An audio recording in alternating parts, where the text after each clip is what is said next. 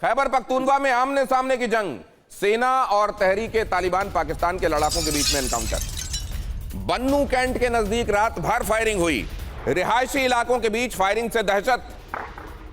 अब ये सुन लीजिए आप, हमारी सेना दंदनाती फिरती है, ये कहा अभी इरशाद साहब ने। इरशाद साहब को पाकिस्तान में रहना है तो मुनीर मुनीर कहना है, ये बात भी उनकी मजबूरी समझ में आती है। लेकिन असलियत यह है कि उनके जो फील्ड मार्शल हैं वो बुलेट प्रूफ पहन के सोते हैं, उनको रात में भी डर लगता है कि सपने में कोई गोली ना चला दे उनके ऊपर। बंकर में छिप गए थे, ऑपरेशन सिंदूर के वक्त पता नहीं चल रहा था, शहबाज और मुनीर बंकर के भीतर थे। असलियत क्या है वो आपके सामने है, लेकिन इरशाद साहब या तो इसको देखना नहीं चाहते या देखते तो हैं, जानते भी हैं, लेकिन पाकिस्तान के भीतर अगर वो सच्चाई कह देंगे तो फिर वो PMLN के नेता नहीं रहेंगे, इमरान की तरह किसी काल कोठरी में भेज दिए जाएंगे।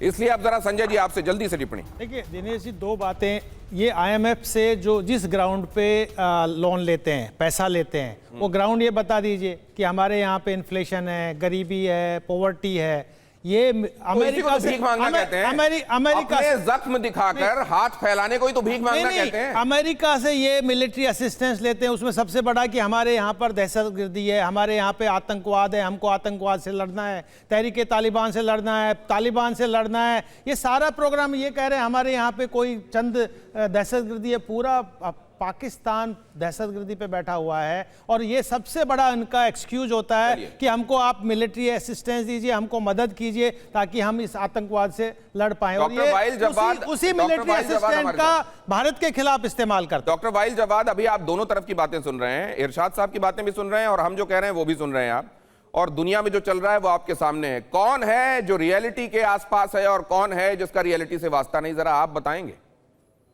देखो रियलिटी तो है बिल्कुल, देखो जो ऑन द ग्राउंड चल रहा था वही रियलिटी है। बाकी अगर आपका जो कहानी है और उनकी कहानी है, ये तो उनकी depends on the source of information.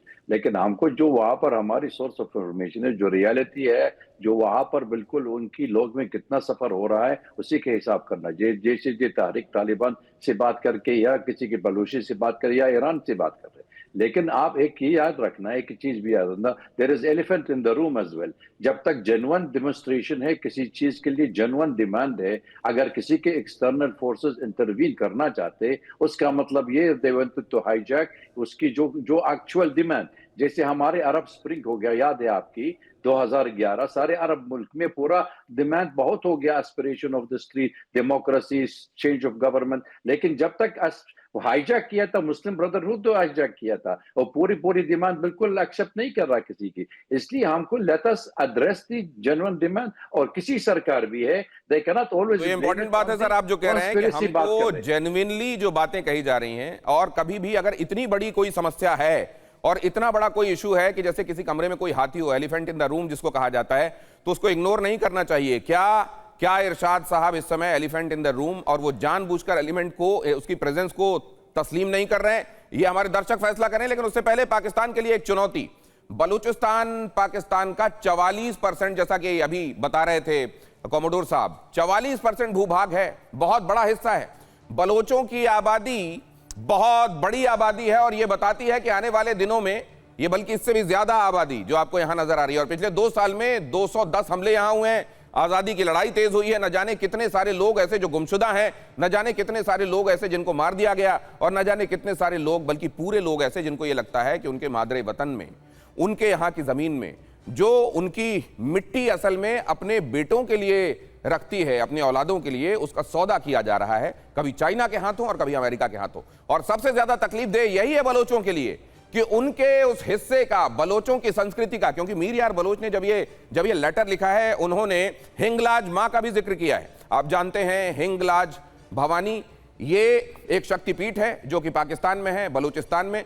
उन्होंने हिंगलाज माता का भी जिक्र किया और वहां नानी मां के तौर पर हिंगलाज मां का जिक्र किया जाता है। वहां के बलोच जो हैं वो उतने ही प्यार और श्रद्धा के साथ हिंगलाज माता को मानते हैं। लेकिन पाकिस्तान को यह बात भाती नहीं है। जाहिर है कोई भी कनेक्शन, कोई भी पॉजिटिव कनेक्शन जो इंडिया के साथ होता है वो कभी भी पाकिस्तान को भाया नहीं है। इसलिए यहां पर ये इलाका जो है वो पराया होता चला गया पाकिस्तान के हुक्मरानों के लिए। अब ये खैबर पख्तूनवा के बारे में मैं आपको बता रहा हूं, ये तालिबान के प्रभाव वाला क्षेत्र है। तालिबान का प्रभाव वाला इलाका 2023 और 25 में 400 से ज्यादा यहां पर घटनाएं हुई हैं।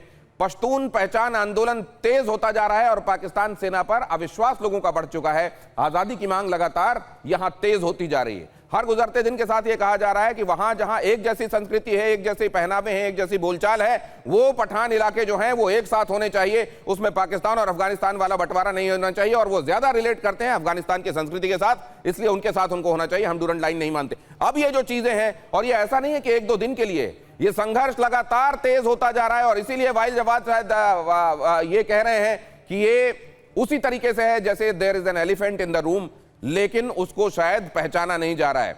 अब जरा मैं आगे आपको लेकर चलता हूं। चाइना और ताइवान के बीच में भी इसी तरह की आजादी की तड़प, एक होता है आजाद होना, फिजिकल फॉर्म में आजाद होना, अलग झंडा होना, लेकिन कई बार वो तड़प जो होती है वो उसका उतना ही सिग्निफिकेंस होता है जैसा आप देखते हैं बलूचिस्तान के संदर्भ में, अफगानिस्तान से जुड़े हुए जो पाकिस्तान के हिस्से हैं उसके संदर्भ में।